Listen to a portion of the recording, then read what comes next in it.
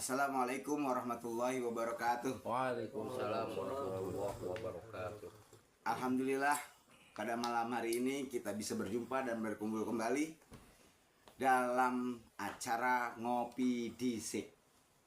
Ngolah pikir, diskusi asik. Nah, minum kopi dulu dong. Yuk, Kopi dong. teman-teman semua, rekan-rekan, tafadhol, silakan.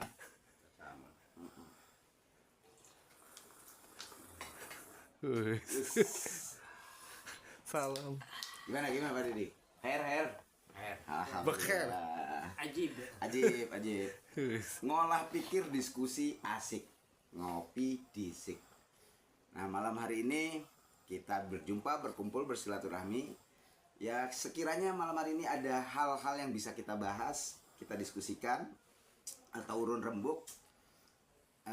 Itu semoga saja nanti setelah dari sini kita bisa mendapatkan input yang positif sehingga kita punya kemampuan untuk melaksanakannya atau kita terapkan dalam kehidupan kita sehari-hari.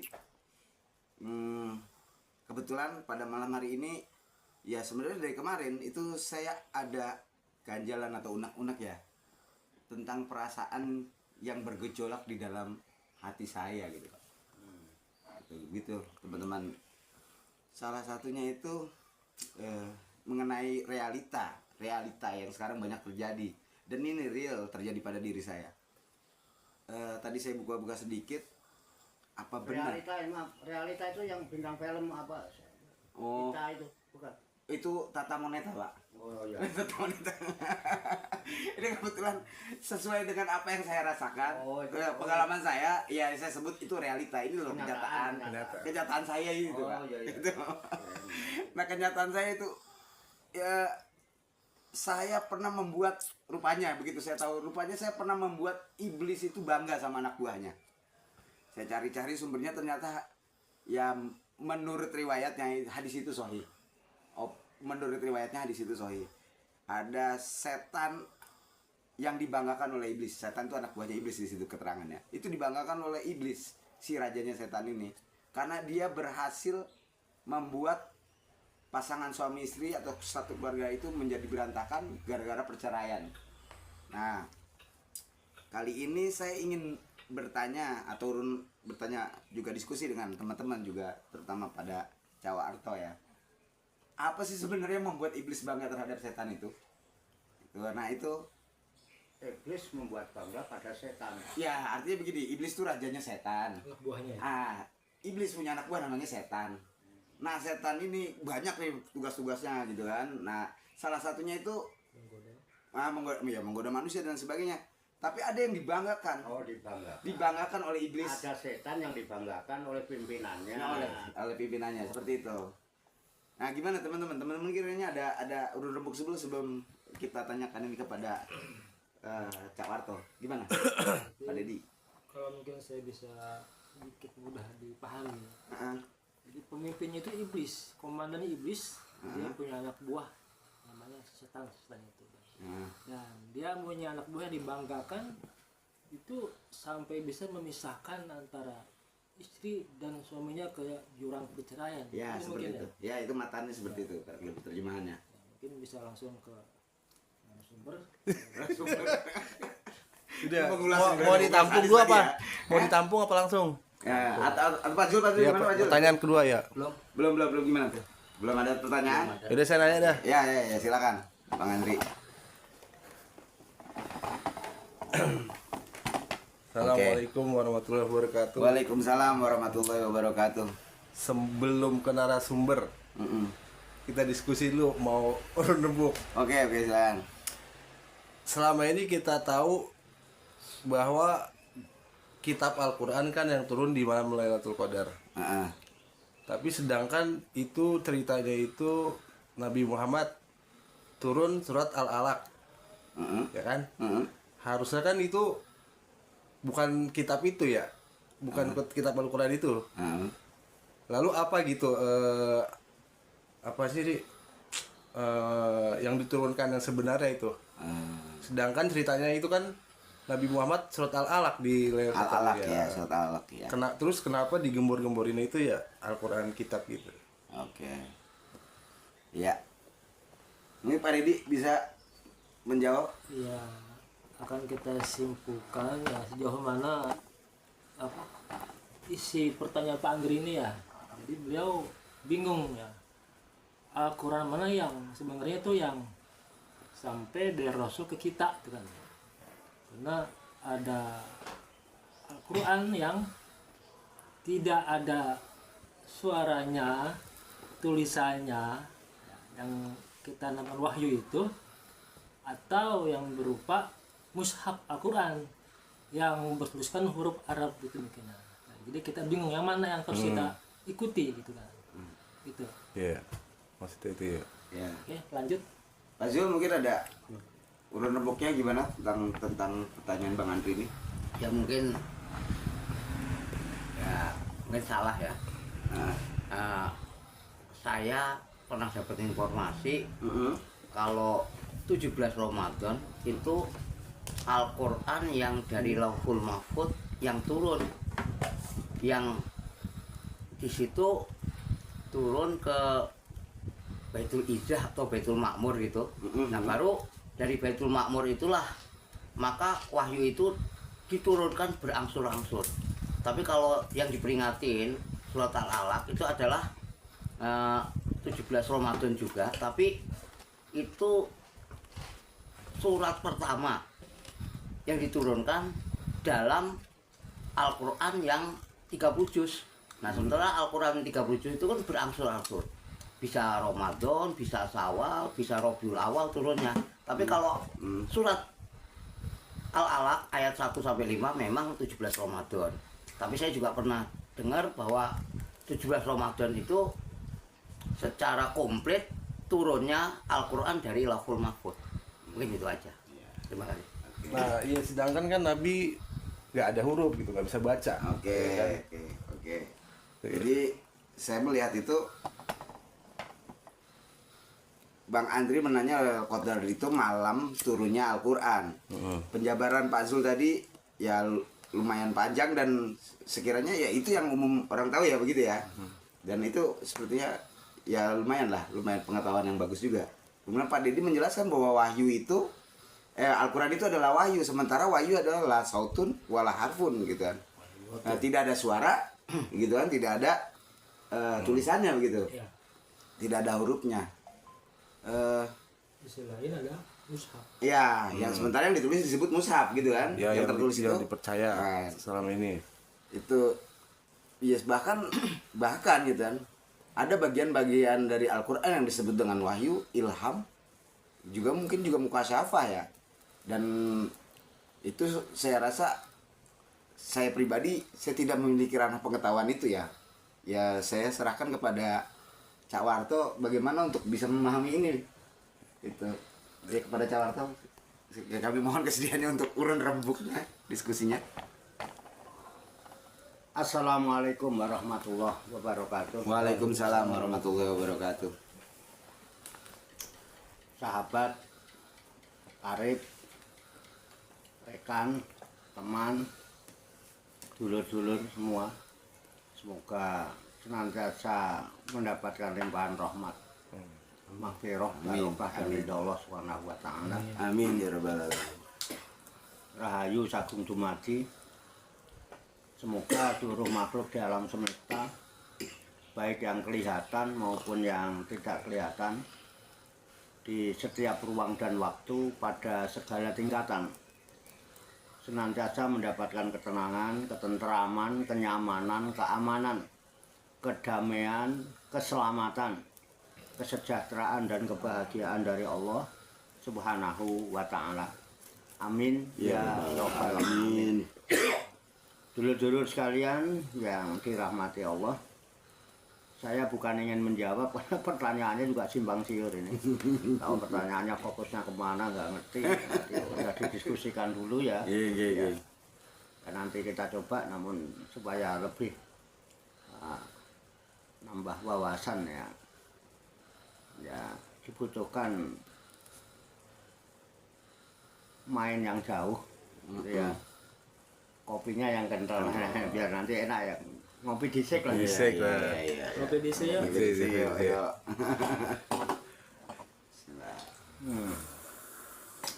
Lebih enak kalau disempurnakan dengan hisapan rokok. Iya bener. Rokok. Semoga dengan hisapan rokok ini kita bisa mengingat dan menghadirkan Tuhan di dalam nikmatnya rokok. Amin. Lebih bermanfaat dan berkah. Iya. Pertanyaan awal itu yang ditanyakan cuman bukankah Lailatul Qadar itu turunnya Al-Qur'an? Gitu ya? Iya, inna anzalnahu fi Lailatul Qadri. Kita lihat yang apa adanya aja lah ya. Inna sesungguhnya kami anzalnahu kami menurunkan dia di sini ya udah Al-Qur'an. Ya, lafadz itu artinya sehingga kami menurunkan Al-Qur'an. Jadi menurunkan ya. Anzalnahu menurunkannya fi Lailatul Qadri pada malam Qadar. Qadar itu bisa ketetapan ya, ketentuan, kepastian bisa. Qadar itu. Jadi malam ketentuan, malam kepastian. Itu. Nah, kemudian Saudara Andri bingung karena ternyata Al-Qur'an diperingati turunnya tanggal 17 Ramadan dan ternyata yang diterima Nabi Muhammad itu surat Al-Alaq gitu ya. Iya. Itu pertanyaannya kan cuma itu ya. Iya. Biar jangan ngantul kemana-mana. Iya.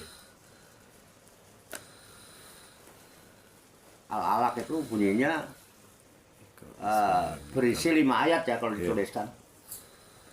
Iqra bismi rabbikal ladzi khalaq khalaqal insana min 'alaq Iqra wa rabbukal akram alladzi 'allama bil qalam 'allamal insana malam ya'lam. Ini yang diturunkan.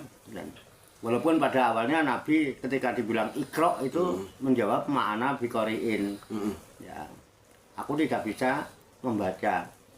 Sehingga menurut sudut pandang Saudara Andri yang diterima Nabi itu bukan berupa bacaan. Karena memang nggak ada hurufnya, nggak ada kata, gitu ya. Nggak ada bahasa istilahnya ya. Nah itu sebenarnya dipertanyakan. Yang bisa saya tangkap. Nah, lalu yang aneh di sisi apanya gitu loh. Kalau boleh saya menambah, kalau memang itu wahyu pertama yang turun diterima oleh Nabi Muhammad, kemudian kita melihat kenyataan Al-Qur'an secara umum yang kita tahu, yang kita pakai ngaji, kok enggak Iqra surat pertama? Nah, itu kalau boleh ditambahkan pertanyaan yang sempurna, jadi jawabnya enak gitu. Kan itu ya. Gitu, Pak. Ya kalau cuma sebatas itu ya suka-suka kan gitu, namanya wahyu turun suka-suka Tuhan kan gitu. Itu sebetulnya ya udah kalau itu turun amalin aja kan gitu mestinya. Nah kalau boleh ditambahkan gitu. Nah kira-kira apa itu maksudnya atau ada maksud lain coba? Nah itu maksudnya benar. Oh ya kan kan pena gini ya. Jadi pertanyaan itu jangan diterima mentah-mentah dulu. Kalau emang pertanyaan nggak jelas, kadang-kadang kita kan sok jenius gitu loh. Arep orang jawab kok saya ora pinter goblok ngono ya. Jawab malah ngetok-ngetokno goblok gitu ya. Kan jangan sampai begitu gitu loh. Udah tahu kalimatnya belum sempurna ya. Ya coba kan niru Allah wa tamat kalimatur rabbika. Sidqa wa adla. Kalau itu nanti jawabnya enak. Ya. 17 Ramadan pertama kali Nabi Muhammad menerima wahyu Al-Qur'an. Ya, wahyu pertama dari Al-Qur'an yang diterima Nabi. Al-Qur'annya yang turun di malam Lailatul Qadar, kemudian diwahyukan kepada Nabi Muhammad pertama kali pada tanggal 17 Ramadan, dan yang pertama diturunkan itu surat Al-Alaq ayat 1 sampai 5. Nah, namun kenapa kok di Al-Qur'an yang kita saksikan kok justru begitu kita buka bukan surat Al-Alaq. Al-Alaq itu jauh. Jauh. Surat 96. Ya. Ya. Tapi malah Al-Fatihah. Al-Fatihah itu setelah ada berapa tahap? 3 atau 4 tahap baru Al-Fatihah. Setelah Iqra itu yang turun Mudatsir. Al-Mudatsir, Al-Mudatsir, Al-Muzambil. Al-Muzammil, ya kan? Al-Qalam, ya. Ya. Itu. Tapi boleh nanti sekali-kali kalau memungkinkan Ye. kita ngaji menggunakan sistematika wahyu. Sistematika Kalau wahyu. selama ini kan kita ngaji Al-Fatihah, Al-Baqarah, Ya, Al-Imran, nah, coba mulai besok kita adakan kajian Heeh. sesuai dengan sistematika wahyu. Misalnya wahyu pertama misalnya Al-Alaq, ya udah kita ngaji dari Al-Alaq. Kemudian selanjutnya Nabi nerima apa? Al-Mudatsir. Ya udah kita ngaji Al-Mudatsir. Sesuai sampai nanti terakhir. Wahyu terakhir nanti Al-Yauma akmaltu lakum dinakum gitu. Al-Maidah. Iya. Al-Maidah. Al-Maidah. Ya kan? Nah, begini sebetulnya. Kalau Nabi menerima wahyu itu kan memang sesuatu yang langsung bisa dipahami oleh Nabi. Waktu itu Nabi, Nabi. belum Rasul. Nah, Nabi itu orang yang menyampaikan berita.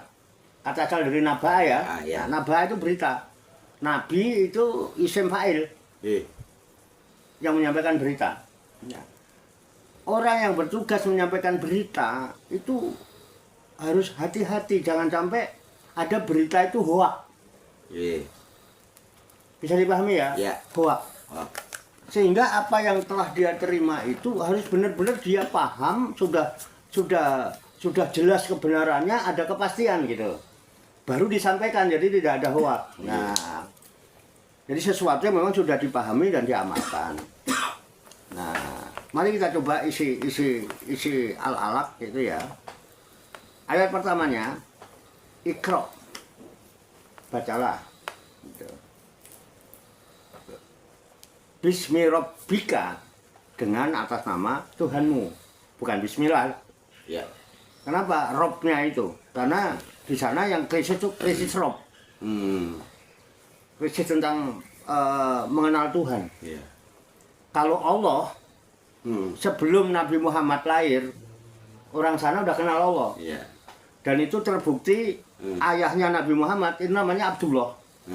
Dan kalau orang kafir Quraisy ditanya siapa menciptakan langit dan bumi, alam semesta, dia akan menjawab Allah. Tapi dia bertuhan kepada berhala. Sehingga wahyu yang pertama itu Bismi Rabbik, dengan atas nama Tuhanmu. Tuhanmu itu yang kamu kenal dengan pencipta alam semesta. Rob itu Tuhan yang mengatur mencipta alam semesta. Nah, yang kau yakini sebagai pengatur alam semesta yang kamu sebut namanya Allah, itu loh yang mestinya yang kamu pertuhankan, bukan berhala gitu maksudnya. Bisa dipahami ya? Jadi Iqra bismi Rabbik. Nah, Robmu itu adalah alladzi khalaq, zat yang menciptakan alam semesta ini. Nah, karena orang-orang dulu sudah tahu bahwa yang menciptakan alam semesta ini Allah, maka prakteknya ya itu melakukan sesuatu dengan di atas namakan Allah. Jadi bukan Bismi Rabbika, karena Rabbika itu adalah Allah, maka menjadi Bismillah. Ya kan? Nah, Bismillah. Kemudian ada tambahan Ar-Rahman Ar-Rahim. Ketika alladzi khalaq itu diperjelas, khalaqal insana min alaq. Khalaqo, dia telah menciptakan al-insana manusia min alaq. Alakun itu sesuatu menggantung. Gantungan ya, alakun, gantungan. Atau menempel ya. Artinya alak itu kemudian diartikan darah yang menggantung di dinding rahim. Jadi seorang ibu itu ada rahim, nah itu ada nilai. Nah, ketika terjadi proses pembuahan, ya itu darah itu yang tadinya sperma lah ya, atau mani itu berubah menjadi gumpalan darah menempel di dinding rahim. Prosesnya itu selama 40 hari. Ya, sehingga orang hamil dipastikan dia tidak haid.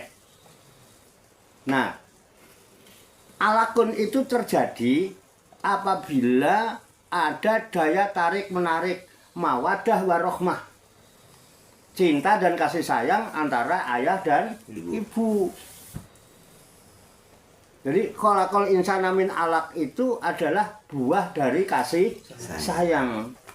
Makanya Tuhanmu menciptakan manusia itu dengan dasar kasih sayang. Berarti Allah yang Rabbuka itu adalah Allah yang Ar-Rahman Ar-Rahim. Bisa dipahami dengan ini? Iya. Ini dipraktekkan. Ayo, semua aktivitasmu atas namakan Sang Pencipta. Kamu nggak bisa menciptakan apa-apa tanpa keterlibatan, ya, pertolongannya. Sehingga menjadi ayat pertama surat Al-Fatihah, Bismillahirrahmanirrahim. Kholaqal insana min alaq. Nah, sekarang manusia tahu, oh aku ini manusia. Oh, manusia itu asal usulnya dari segumpal Darah. Atau dari sperma yang diproses menjadi darah, gumpalan darah yang menggantung kemudian jadi daging, tulang belulang dibungkus daging. Nah, itulah asalnya manusia. Itulah jati dirimu awalnya. Jadi kita dididik untuk membaca diri. Siapa dirimu? Sekarang udah tahu siapa dirimu? Juh. Yang berubah menjadi alakun. Nah, yang menciptakan adalah Rabbmu. Nah, ketika engkau telah mengenal dirimu, nah, dan dirimu yang menciptakan adalah Rabbmu, maka iqra sekali lagi. Setelah kamu iqra pada dirimu, iqra sekali lagi. Setelah kamu kenal dirimu, kamu kenal Rabbmu, wa rabbukal akram. Dan Tuhanmu itulah yang maha mulia. Keren? Keren. Udah. Iqra wa rabbukal Akram. alladzi 'allama bil qalam. Dan Tuhanmu yang maha mulia itulah yang mengajarkan manusia melalui perantaraan kolam. Dan Allah itu punya kolam dan punya suhub-suhub yang akan digores oleh kolam. Makanya nanti akan ada surat gitu. Namanya Al-Qalam. Nun wal qalami wa ma yasturun. Nun hanya Allah yang tahu. Ya udah, bismillah aja yang kamu lakukan. Cukuplah, hanya Allah yang tahu semua aktivitas semua. Enggak usah kok pamer-pamerkan supaya mertua tahu. Kan Allah Maha tahu. Iya. Kalaupun orang nggak tahu, nggak hilang kok amal kita. Iya. Kenapa? Ada kolamnya Tuhan. Wal kolami, demi kolam, demi pena, wamayah turun, dan apa yang digoreskan oleh pena. Jadi walaupun kamu itu nggak usah mamer-mamerkan amalmu, nggak usah mamerkan perbuatanmu, ora usah cerita-cerita no kue sopo, ora usah cerita-cerita no kue tahu sinau ning Baghdad apa Ora urusan. ora hilang ora. Iya. Ora yang cerita bapakmu sopo simbomu, Allah itu tahu. Nggak usah ada sum'ah-sum'ah. Dan itu tidak hilang. Kenapa? Ada catatan Tuhan. Wal kolami wa ma yasturun. Makanya alama bil kolam. Diajarkan ilmu pengetahuan melalui kolam. Sehingga apa? Dengan kolam dan wa ma yasturun, sesuatu yang sifatnya selintas temporer itu bisa menjadi bentuk keabadian. Contoh saya ngomong nih. Ini besok bisa hilang. Tetapi ketika ucapan saya digoreskan pakai kolam, itu mungkin 10-20 tahun asal itu disimpan rapi masih bisa. Jadi ada keabadian ini, suara ini.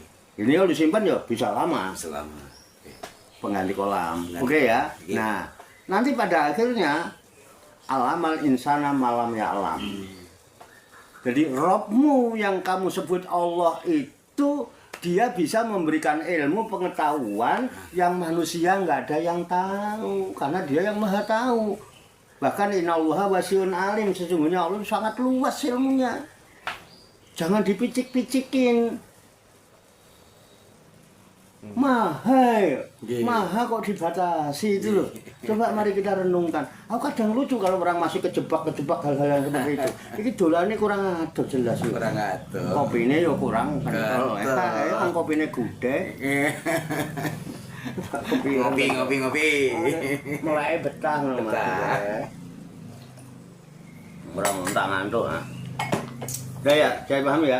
Itu sehingga surat yang pertama Al-Fatihah, pengenalan lagi kembali. Bismillahirrahmanirrahim. Alhamdulillahirabbil alamin. Ya kan kita bersyukur lah, kita puji Tuhan itu. Ya, kita puji karena apa? Dia semua luar biasa akram.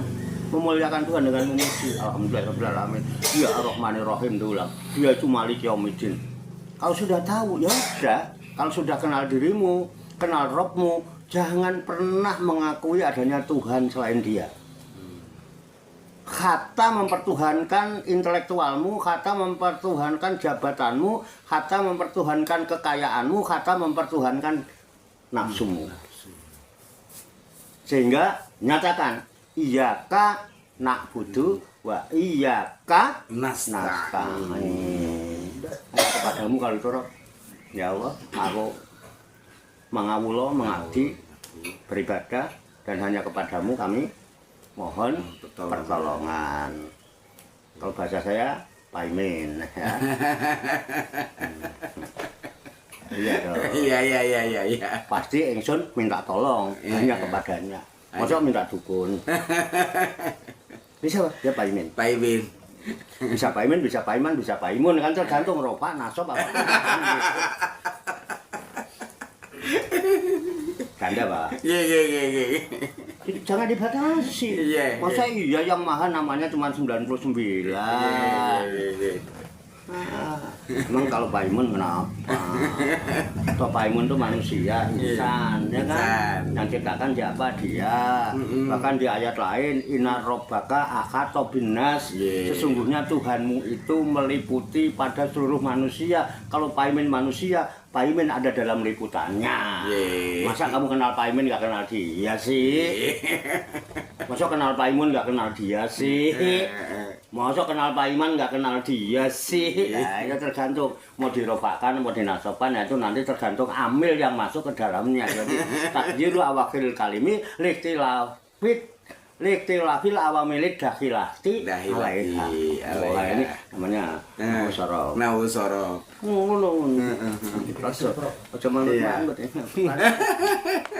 Oke ya. Jadi itu Pak, itu mungkin ya. Ya itu sebetulnya. Terus apa yang ada di benak saudaraan di dalam Lailatul Qadar ya kan? Kalau ditanya kan Al-Qur'an turun di Lailatul Qadar, iya. Sumbernya akurat dari Al-Qur'an. Terus 17 Ramadan yang turun itu bukan Al-Qur'an, tetapi wahyu pertama yang diterima oleh Nabi Muhammad. Yang tertera di dalam mushaf surat Al-Alaq ayat 1 sampai 5. Itu jawabannya, Pak. Kalau punya unek-unek tidak itu Pak maksudnya yang ini gitu. Gimana Bang Andri? Belum ya.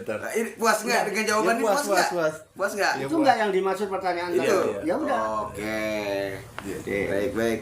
Nah ini dari pertanyaan sebelumnya itu ada Pak dari saya sendiri. Itu lantaran apa itu iblis bisa bangga sama anak buahnya yang disebut dengan setan? Oh, yang tadi itu. Iya Pak, itu. Nah itu kan belum terjawab. Itu pertanyaan pertama Tadi yang heboh dia. Iya betul. Apa Pak? Saya senang. Artinya diskusi ini menjadi hidup gitu Pak. Urutan kita menjadi hidup. Ini menambahin kagak? Jelas. Ini saya penasaran ini kenapa sih iblis kok bisa bangga sama anak buahnya ini loh? Iya. Tadi dikatakan bahkan bersumber dari hadis kan. Benar, riwayat Muslim Pak. Ya, Sahih. Jabir dari Jabir. Terus tadi dikatakan jadi komandan iblis. Tadi zaman kita itu mempunyai anak buah setan. Dan ada salah satu setan yang paling dibangga-banggakan dibandingkan dengan setan-setan yang Yang lain. lain. Saya iblis, Ye. sampean setan. Ya. Umpama. Merengut itu. Ya ora apa-apa. Kan iblis karo setan kode yang beda. Nek iblis kan bose ya. Bos. Masih ada tingkatan rumah. Iya, iya. Timbangannya setan. Setan loh. Setan. Lanjut. Ya. Sampean anak buah saya. Sampean bekerja melaksanakan tugas sesuai dengan misi dan visi saya. Oke. Kalian para setan-setan saya tugaskan, ini kan, Yes. untuk menggoda manusia, supaya manusia itu dia tersesat dari jalan yang lurus. Ya, ya. Wah, setan Andri, Iya. ya kan, tugasnya. Wah, ya siap. Kemudian iblis, udah tugas godain orang sholat. Jadi orang dipicu diajak cerita aja karena didorong supaya semangat untuk bercerita. Cerita terus kan duhur tek lupa masih cerita terus. Didorong tuh sama setan Andri. Dulu asar lewat lagi terus. Lewat lagi. Lapor sama iblis. Lapor dan Petan. Apa tugasmu hari ini? Ini yang saya laporkan. Saya sepanjang hari saya jagain tuh orang yang ada di rumahnya di pojokan itu. Apa yang kamu lakukan dengan dia? Aku dorong semangatnya supaya dia cerita. Supaya dia untuk terus saja bercerita tentang kehebatan dirinya lah segala macam. Sampai saking asiknya dia cerita. Waktu duhur kelewat masih cerita terus. Sampai asar kelewat, sampai akhirnya, sampai subuh kelewat semua itu. Sampai dia nggak menjalankan sholat ya komandan. Keren kan tugas saya. Ada apa-apa.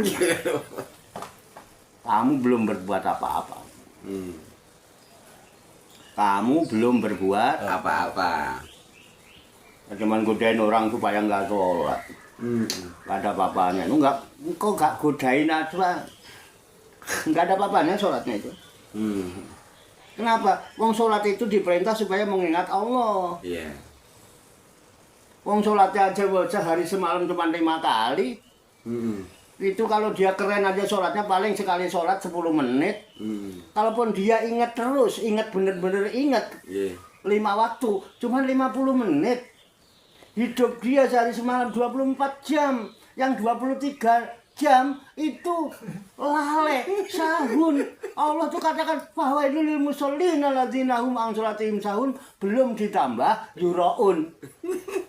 Gak usah kok godain, enggak ada. Taruhlah bener aja sholatnya. Cuman 50 menit ini Gusti Allah. Banyak sahunnya. Banyak sahunnya. Belum berbuat apa-apa kamu. Iya. Ya. Bagaimana yang Allahu Akbar ngelantur gitu loh. Sing eling wae mong nggak ada apa-apanya, saya ketok. Itu juga karena malu kepaksa itu. Karena kepaksa. Malu juga satu ya, Iya, nggak ada iya. apa-apanya. Iya. Pokoknya kan ngilangin malu gitu. Setan jadi laporan ini. Setan dia di laporan. Setan jul laporan. Kayak mungkin masalah sedekah, mungkin ya. Masalah puasa, mungkin masalah haji dilaporkan semua. Coba ngodain para haji itu supaya ini nggak ada apa-apa. Nggak ada apa-apanya. Sedekah itu kalau kamu mau hitung ya kan, itu lebih mayoritas yang bakhil daripada yang sakho. Iya. Yang bakhil sama yang rajin sedekah itu bacakan mana? Iya. Banyak kan yang bakhil, gak usah kau godain aja nggak apa-apa, belum berbuat apa-apa itu. Tapi yang haji, alah wong haji seumur hidup sekali kok. Belum tentu mabrur. Gak usah kau godain pun nggak apa-apa. Ya kan? Kemudian satu lagi. Ya kan? Nggak ada apa-apanya. Nah, tinggal satu nih. Setan Lokman. Gila emang alumni gontot. Ya alim mau setan tuh alim mau. Setan Lukman. Oh iya, apa yang kau perbuat? Gini dan saya seharian saya picu aja itu para istri-istri itu supaya dia selalu maidu. Maidu itu mencela ya. Mencela Pada suaminya. Pada suaminya. Pokoknya suaminya itu ngasih uang belanja ya, gue bilang mesti ngomong apa, lo nggak pernah ngasih uang belanja. Dikasih uang belanja cuman 50. Cuman 50 aku ayo iso golek dhewe. Oh itu aja. Kira-kira begitu kira-kira. Terus akhirnya juga sama. Setelah itu suaminya juga. Saya picu supaya dia maidu aja. Jadi istrinya berdandan menor itu malah suaminya bilang, "Ibu merah itu tuh kayak yang kejedot tiang listrik." Padahal udah dandan dicakep-cakep, itu juga sama suaminya. Nah, akhirnya dengan istri maidu suami, suami maidu istri, dia setiap hari berantem. Sampai 7 hari, ya seminggu 7 hari, gencatan senjata cuma semalaman. Besok perang lagi. Yang berakhir akhirnya dia virok. Bercerai dia sekarang. Oh ya gitu. Nah ini yang aku mau. Ini yang aku mau. Coba setan Luqman. Jadi setan Luqman itu kekasihnya iblis. Karena apa? Prestasinya. Dibangga-banggakan. Kalian tuh mending kayak Luqman tuh. Kenapa? Prestasinya hebat. Dibangga-banggakan. Itu artinya dibanggakan kenapa? Prestasinya. Jadi prestasi tertinggi setan adalah apabila mampu mencerai beraikan rumah tangga. Kenapa? Kalau sampai rumah tangga itu benar, karena untuk proses rumah tangga tidak mudah. Dia harus syahadat dulu. Siap. Ya. Untuk proses membentuk kehidupan rumah tangga itu dimulai dari syahadat di rukun Islam itu. Bukan sholat, zakat, puasa haji, bukan. Yang dipakai syahadat. Makanya kita kalau mau nikah tuh nikah aja, modalnya cuma syahadat. Nggak akan ditanyakan kamu udah haji apa belum. Nggak sedekahmu berapa, nggak sholatmu berapa, nggak ditanyakan itu. Puasamu enggak, tapi syahadat. Kenapa? Dengan syahadat orang yang maksiat 70 tahun itu bisa terhapus dosanya. Seperti bayi yang baru lahir, ketika dia berbuat kebaikan diganjar 10 kali lipat. Terus panggilannya berubah. Ya, jadi mu'alaf. Muslim dengan syahadat. Setelah muslim dengan syahadat dia bisa menikah dengan muslimah. Iya kan? Ketika dia bisa menikah, dia muslim, istrinya muslimah, menjalin rumah tangga. Ketika rumah tangganya baik antara muslim dan muslimat, dia bisa mempunyai nilai ibadah seumur hidup 24 jam ibadah semua. Itu rahasianya. Rumah tangga muslim-muslimat berawal dari syahadat yang ada. Istrinya nyuci piring, ibadah. Ini kan? Nyuci pakaian, ibadah. Ini kan? Bikinin kopi suami, ibadah. Nyiapin makan, ibadah. Mijeti suami, ibadah. Mencium suami, ibadah. Senyum depan, ibadah. Itik-itik, ibadah. Apalagi diotok-otok. Suaminya juga begitu. Bismillah, tawakkaltu ala Allah, berangkat dari rumah, niat mencari nafkah untuk istri. Sepanjang jalan sampai pulang kembali ke rumah punya nilai ibadah karena rumah tangga. Karena yang laki punya istri, yang istri punya suami. Nah coba kalau laki kagak punya istri, makanya terlanjur istrinya hilang, cepet cari. Cepet nyari. Atau harus cerdas kalau nggak mau nyari istri. Caranya bagaimana? Picu orang untuk melakukan berbagai aktivitas ibadah. Kalau kamu nggak bisa 24 jam ibadah, picu orang. supaya dia punya ibadah. Yang nggak ngerti, kasih tahu. Ini kebaikan, ini kebaikan, ini kebaikan, ini kebaikan. Diamalkan oleh dia. Mandala alal khairi kafailihi. Barang siapa yang menunjukkan satu kebaikan, dia dapat balasan. Ganjaran sama dengan yang mengamalkan.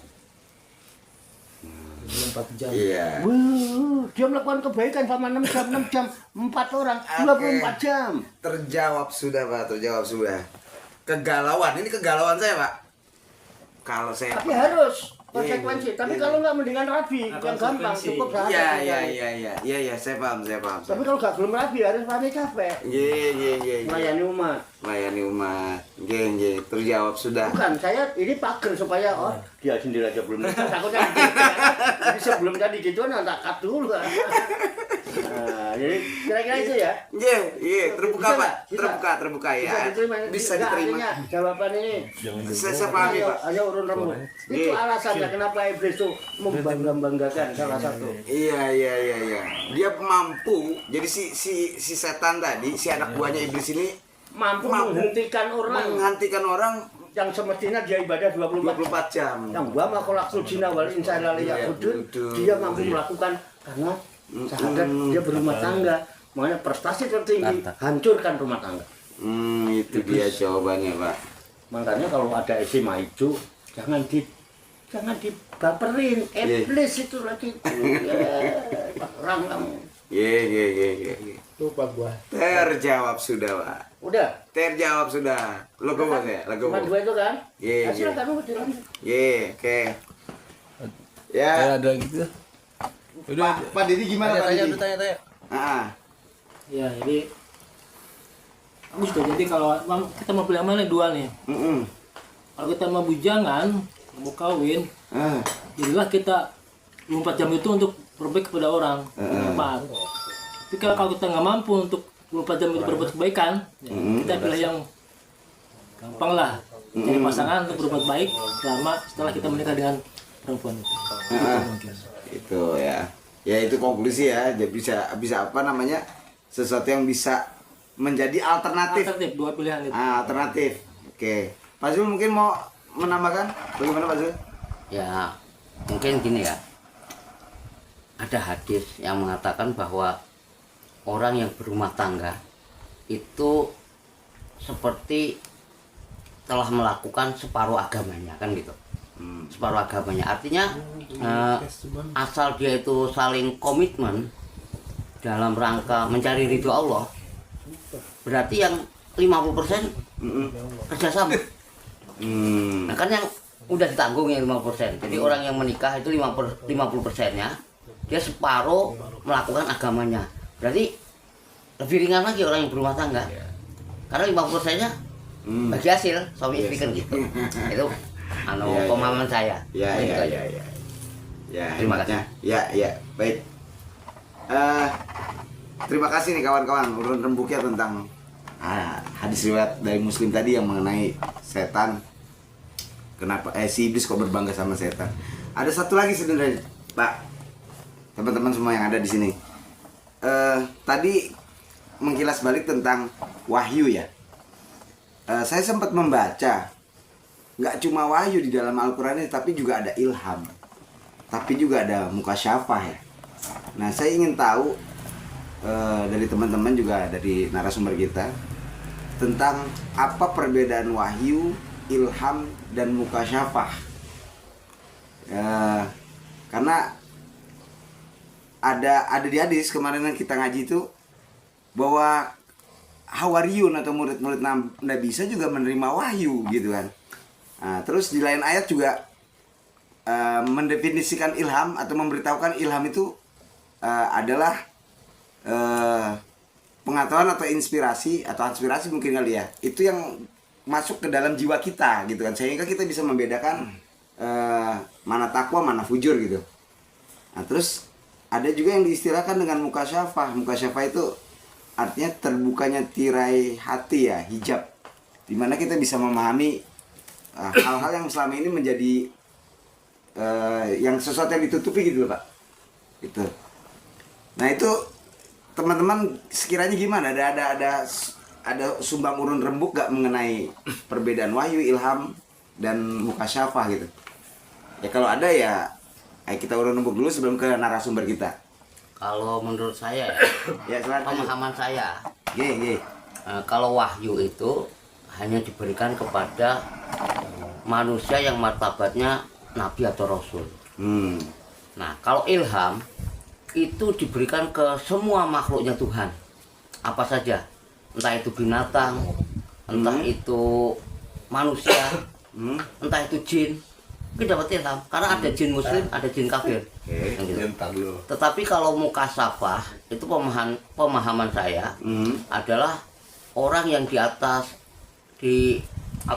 orang soleh ya, misalnya orang yang rata-rata orang soleh, di atas rata-rata orang soleh yang bisa menerima itu gitu loh. Tapi kalau orang awam mungkin susah untuk mukasyafah. Mungkin itu pemahaman saya. Terima kasih. Ya, Kang Deddy, ada mau tambahkan? Cukup. Ya. Itu tadi yang nanyain tadi kan mulanya apa tadi gitu. Cukup dua-duanya. Iya, oke. Kampung. Ini berat nih. Ya, itu Pak. Jadi kebingungan saya mengenai wahyu, ilham, dan mukasyafah. Apa perbedaannya atau definisi seperti apa sih gitu? Oh, Ye. itu mah simpel lah. Ini kayak Pak Tarso ini kemarin. Itu Pak, simpel aja itu. Itu aja kok. Repot. Apa bedanya saya sama aku sih? Oke. Hah? Ye. Udah. Ya kan? Eh, Ya ilham wahyu sama aja. sama aja. Ya kan? Kan cuma istilah selama ini. Ye. Kita kalau mau objektif ya simpel. Tapi kalau kenyataan kemudian dijadikan sebuah pernyataan bertele-tele. Menurut si A, menurut si B, menurut si C. Iya. Orang boleh menggunakan saya. Orang boleh menggunakan istilah aku. Bahkan ada yang ingsun, ada yang abdi, ada yang ambu, Ampun. ada yang hamba. Ya kan? Malah ada yang aing. Dia juga artinya sebetulnya. Lalu kemudian ada semacam pembatasan. Nah, itu. Bahasa Tuhan dibatasi. Wahyu itu hanya untuk tingkatan nabi. Nah, coba tolong baca di surat An-Nahl dah. Atau ayatnya saya lupa. Ye. Ayat 66 apa ayat 60. Coba dicari. An-Nahl. An-Nahl Oh, dari An-Nahl. 66 lah. Dari Berapa? 66. An-Nahl 66. surat An-Nahl. Kalau ada yang mau Surat nyari berapa? petunjuk diketik aja. Iya. Madu berasal dari tawon gitu. Iya. Karena An-Nahl Surat An-Nahl Iya. 66. Coba 66.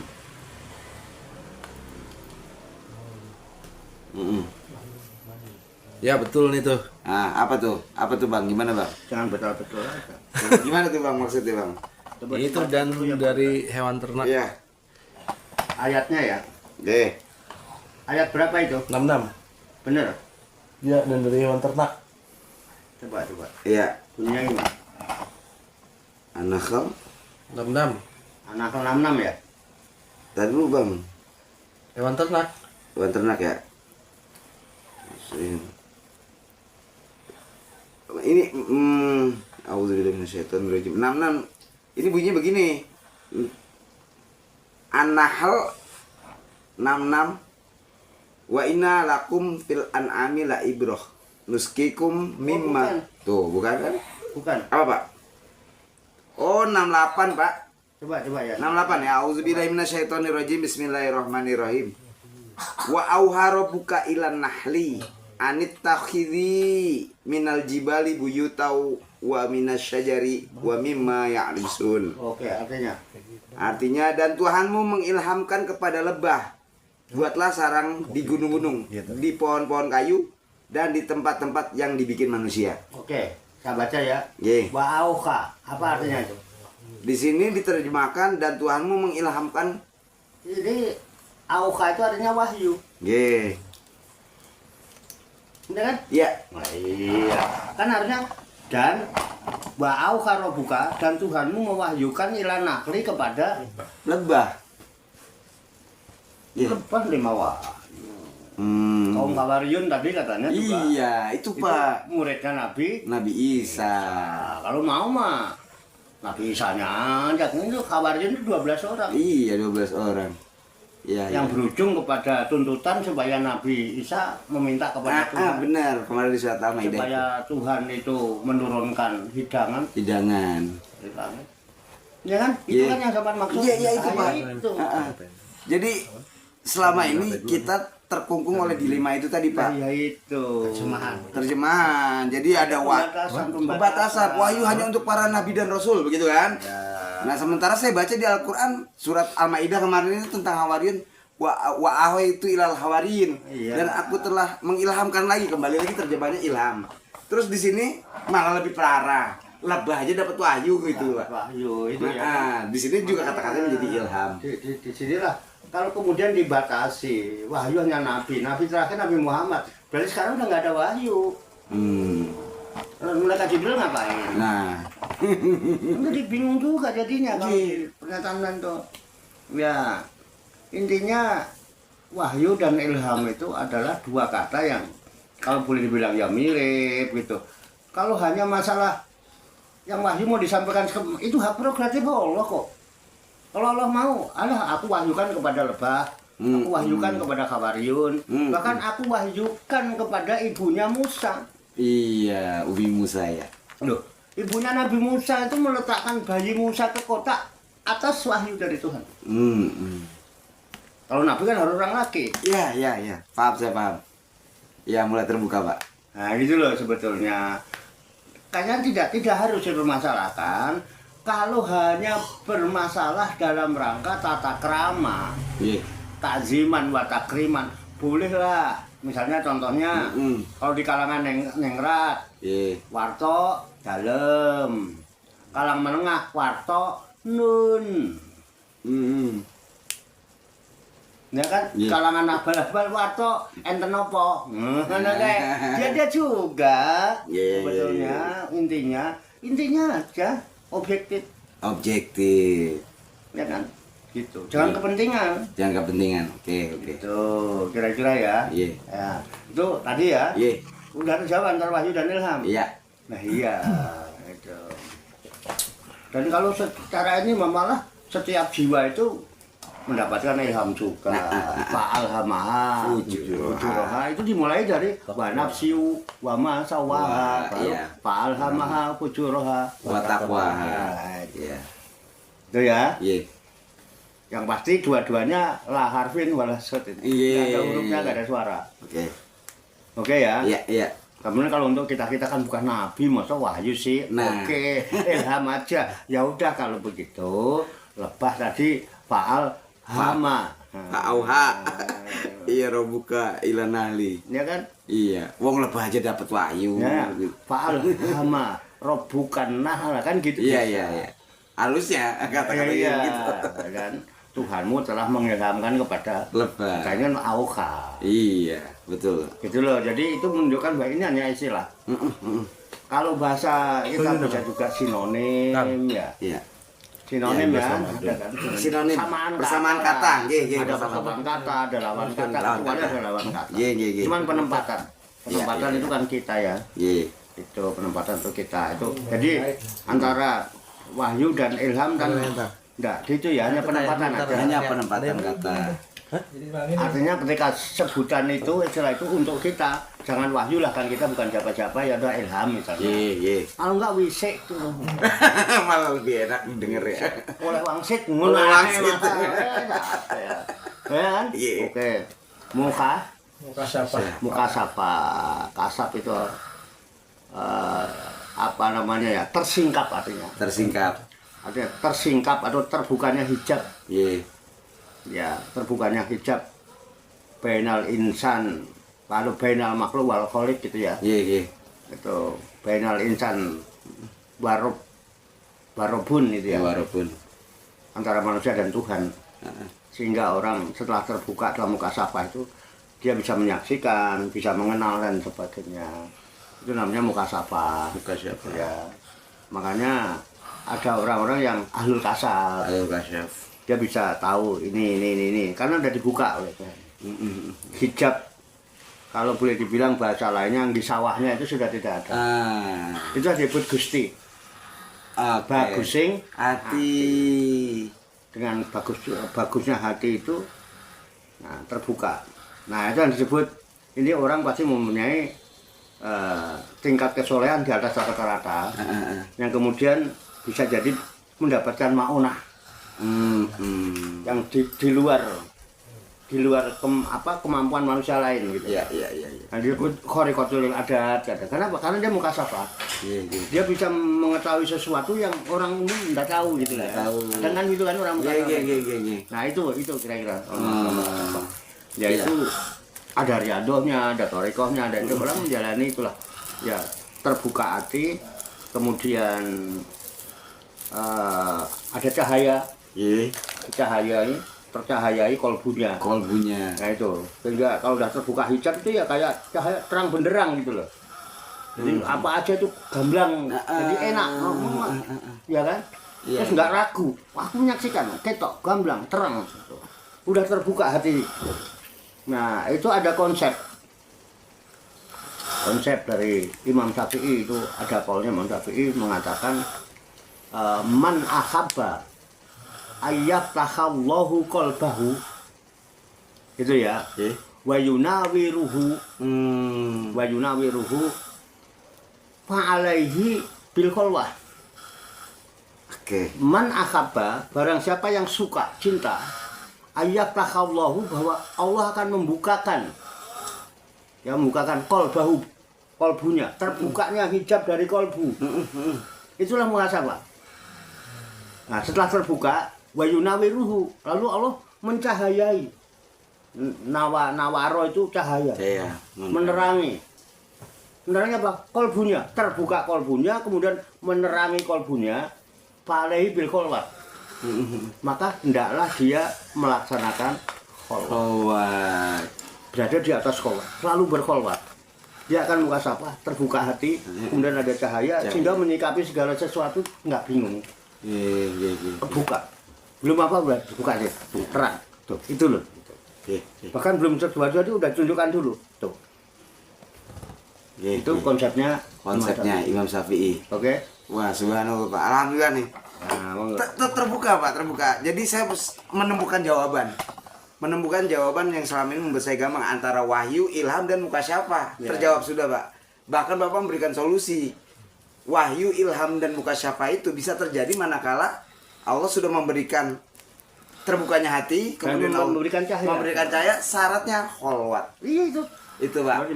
Wah, subhanallah. Nggak cuma apa yang ingin saya pahami, bahkan solusinya sudah diberikan. Jadi lelaku.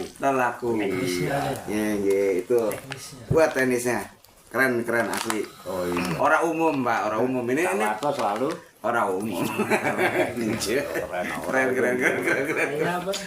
Oke. Kang Deddy, gimana Kang Deddy? Dari berbagai macam sudah kita terima ini, saya itu tertarik kepada wahyu kepada lebah. Jadi dia lebah menerima wahyu, langsung dia berbuat. Sarang di mana nih? Pohon. Di rumah. Mana? Jadi kesimpulannya harus punya hasil, bukti. Iya, daya cipta. Itulah. Lah kita baca Quran sampai khatam 10 kali nggak ada. Inisiatif aja nggak ada. Ini udah terbuka nih. Jadi, terbuka ya. Iya.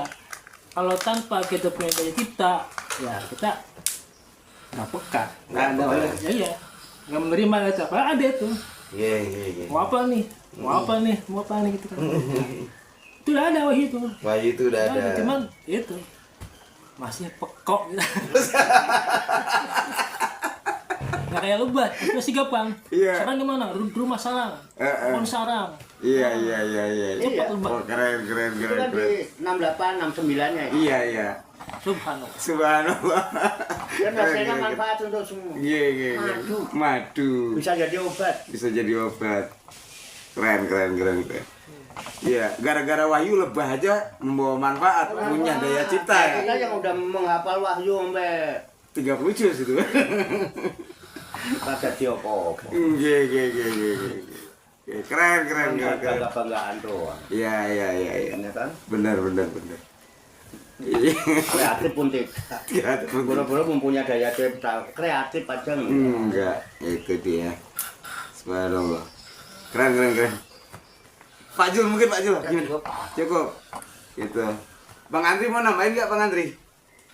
Ini mengenai tadi ada wahyu, ada ilham gitu kan, ada mukasyafah. Gimana?